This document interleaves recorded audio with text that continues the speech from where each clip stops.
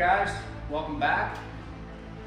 As I said before, I was going to go over my wood splitter build that I did. That was last year's project in the shop for the winter. I was doing a job on the last video that I just did with the aluminum boat in the back, patching the hole in the back of the boat. I traded him for this right here, and I'll show you in the video what it was like.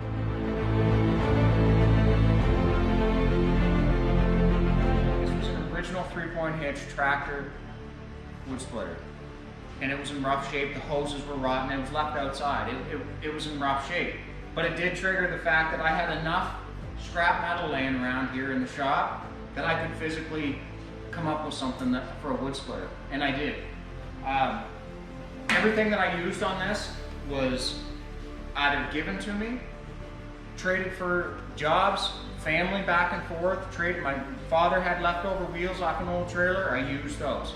The motor came from my brother-in-law, sat in the box for 12 to 13 years, never was turned on. Traded him for that, a little bit of work.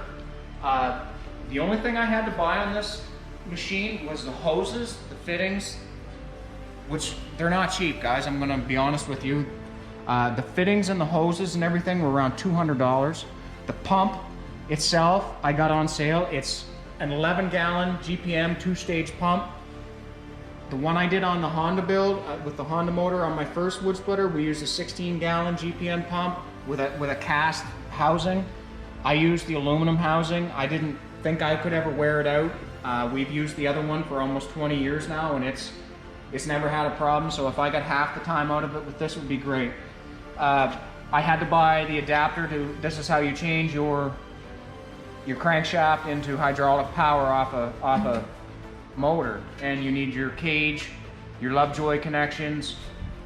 That's just stuff that you need to add on to it to make it into a porta power for hydraulics. The piping, I did everything in here in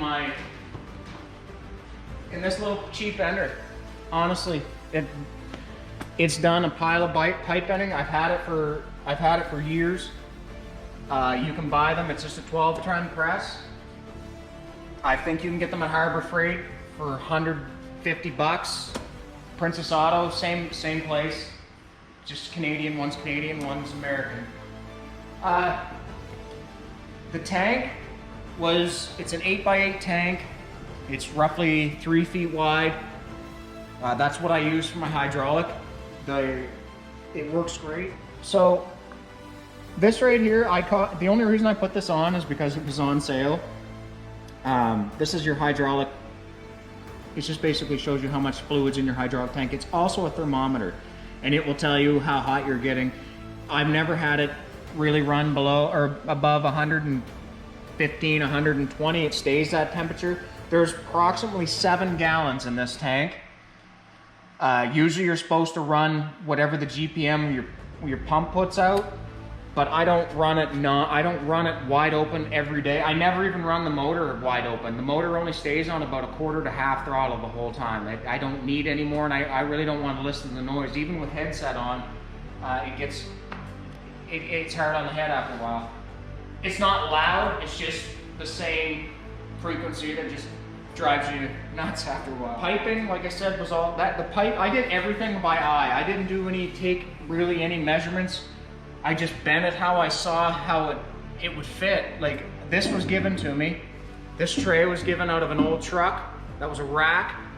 I fit the piping to do it, and I knew I didn't want to be away from the machine. I wanted to be able to get in so I can get my logs here, so I cut this out to make it fit so you can get closer to lay your wood. I do like the fact that the other splitter had the knife on this end. It works great, but I find that it has more power when your knife is on this end splitting, and I can collect my wood. The other one would fall off here, and I had to reach over constantly, and I'll show you a picture of it set up. I had to put another tray on it and constantly pick logs up, and you're bent over, and not to mention that it's probably 10 inches lower than this one.